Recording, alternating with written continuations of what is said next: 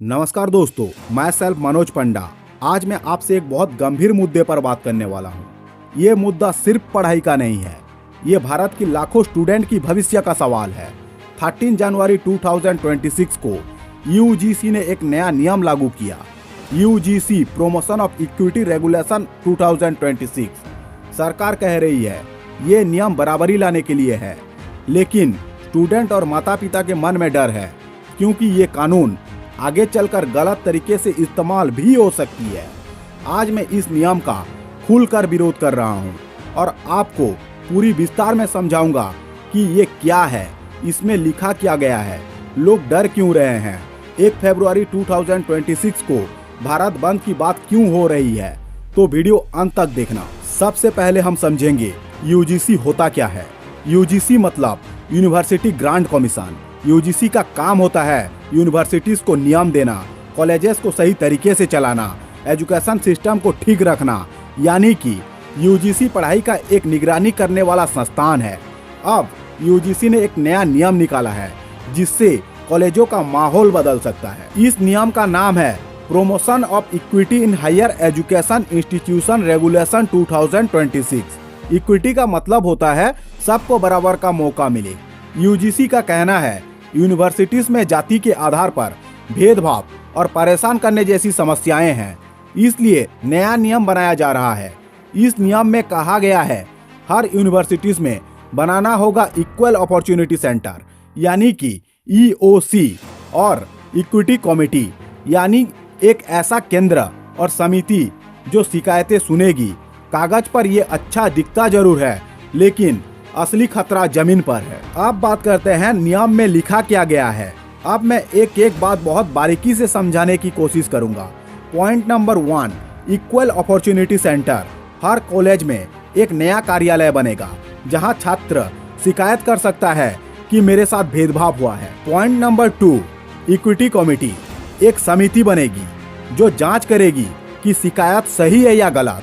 Point 3, भेदभाव की परिभाषा बहुत बड़ी कर दी गई है। इस नियम में भेदभाव में ये सब शामिल है: अपमानजनक शब्द, गलत व्यवहार, अलग करना, परेशान करना, पक्षपात करना, यहाँ तक कि सामान्य बहस भी शिकायत बन सकती है। पॉइंट 4, कॉलेजों को हर साल जानकारी देनी होगी। हर साल यूजीसी को बताना होगा कि कितना शिकायत आए और कितना सॉर्ट आउट हुई। पॉइंट 5, सजा देने की शक्ति। अगर कोई यूनिवर्सिटी नियम नहीं मानेगी तो यूजीसी कार्रवाई भी कर सकती है, जैसे कि पैसा रोक सकती है, मान्यता पर असर डाल सकती है। अब सवाल उठता है हम इसको विरोध क्यों कर रहे हैं। दोस्तों, अब मैं खुलकर बोलता हूँ, इस नियम में सबसे बड़ा खतरा है गलत इस्तेमाल। खतरा नंबर 1, झूठी शिकायत से बेगुनाह फंस सकता है। आज के समय में हर शिकायत सच्ची नहीं होती।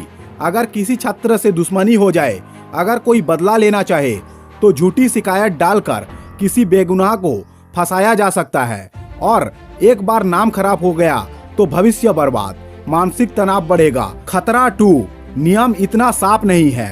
भेदभाव रुकना जरूरी है, लेकिन नियम इतना बड़ा बना दिया गया है कि सामान्य बात भी शिकायत बन सकती है। अब सोचो, क्या छात्र खुलकर बोल पाएंगे?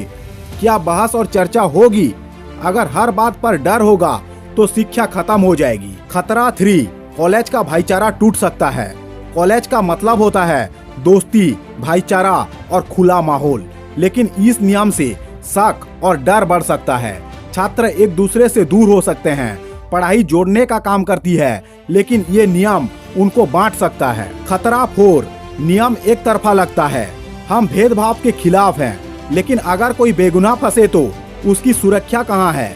झूठी शिकायत पर सजा साफ नहीं है, जांच की प्रक्रिया साफ नहीं है, इसलिए लोग कह रहे हैं ये नियम न्याय नहीं, डर ला सकता है। खतरा 5, गरीब और मध्यम वर्ग सबसे ज्यादा पिसेंगे। जनरल हो या SC ST OBC, जो गरीब है वही सबसे ज्यादा परेशान होगा। कॉलेज का माहौल खराब होगा तो नुकसान सभी छात्रों का होगा। अब बात करते हैं हमारी मांग क्या है। हम खुलकर कहते हैं हम भेदभाव के भी खिलाफ हैं और इस नियम के इस रूप के भी खिलाफ हैं।